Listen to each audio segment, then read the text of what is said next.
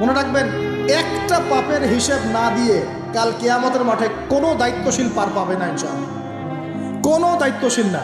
না, এই যে আমি লেকচার দিচ্ছি না, আল্লাহ পাক আমাকেও দাঁড় করাবেন, দাঁড় করায় বলবেন, তোমাকে আমি দিনের যে জ্ঞান দিয়েছিলাম সেই জ্ঞানের হক তুমি আদায় করেছো কিনা হিসেব দেওয়া। এই যে বড় বড় মুফাসসিরে কোরআন, মুফতি, মুহাদ্দিস বসাচ্ছেন, পাংখা দিয়ে বাতাস করছেন, হ্যাঁ, চা খাওয়াচ্ছেন, কফি খাওয়াচ্ছেন, এক একজনকে আল্লাহ পাক দাঁড় করাবেন, বলবেন কোরআন সুন্নাহর যে আমানত দিয়েছিলাম সে আমানতের সাথে কতটুকু তুমি হক আদায় করেছো হিসেব না দিয়ে পার পাবে না তুমি।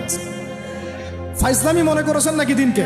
ঠিক একইভাবে সমাজের, রাষ্ট্রের দায়িত্ব আল্লাহ পাক যাদেরকে দিয়েছেন এক একজন ব্যক্তিকে আল্লাহ পাক দাঁড় করাবেন, দাঁড় করা জিজ্ঞাসা করবেন কোন কোন জনগণের কোন কোন হক তুমি নষ্ট করেছো, কার কার হক দিয়েছো, কার কার দেও নাই, সবার সামনে হিসাব দাও, তারপর জন্ম দেবে।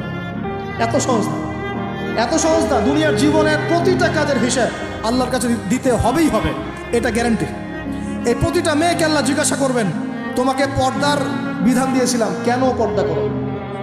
প্রত্যেক মুসলিমকে আল্লাহ জিজ্ঞাসা করবেন, 5 ওয়াক্ত নামাজ ফরজ করেছিলাম, নামাজ পড়ো নাই কেন, ঠিক মতো পড়েছো কিনা? প্রত্যেক ধনীকে আল্লাহ জিজ্ঞাসা করবেন, দাঁড় করিয়ে করে এক একজন করে, একসাথে 10 জন না, একজন একজন একজন করে আসবে, একজন করে। এই আব্দুল্লাহ তুমি আসো, এই আব্দুর রহমান তুমি আসো, এই ওবায়দুল্লাহ তুমি আসো, এই রহিম তুমি, আব্দুর রহিম তুমি আসো। এক একজন করে আল্লাহ ডাকবেন, বলো তোমাকে ধন দিয়েছিলাম, কি করেছো? বলো তোমাকে ইলম দিয়েছিলাম, হক আদায় করেছো কিনা? বলো তোমাকে ক্ষমতা দিয়েছিলাম, কি করেছো? আমি জানি না আর কিভাবে ওয়াজ নসিহত করলে মানুষের কলিজার মধ্যে ঢুকতে পারে, আমার জানা নাই। আমি সহ প্রতি ব্যক্তি এই বিচারের সম্মুখীন হবেই হবে ইনশাআল্লাহ। আল্লাহ পাক আমাদের সবার জন্য বিচারটা সহজ করুন এবং এই কথাগুলো বুঝে আল্লাহকে ভয় করার তৌফিক দান করুন। আমাদের আন্ডারে যারা আছে সবার হিসেব আমাকে দেওয়া লাগবেই। অতএব সমাজ থেকে দুর্নীতি বন্ধ করেন, পাচার হওয়া সব কালো টাকা সাদা করে নিয়ে আসুন, অপচয় কমান, দুর্নীতি কমান, এবং যারা জুলুম জালেম ওদের সাথে কোনো আপোষ করবেন না, সমাজে ন্যায় বিচার প্রতিষ্ঠা করার চেষ্টা করুন।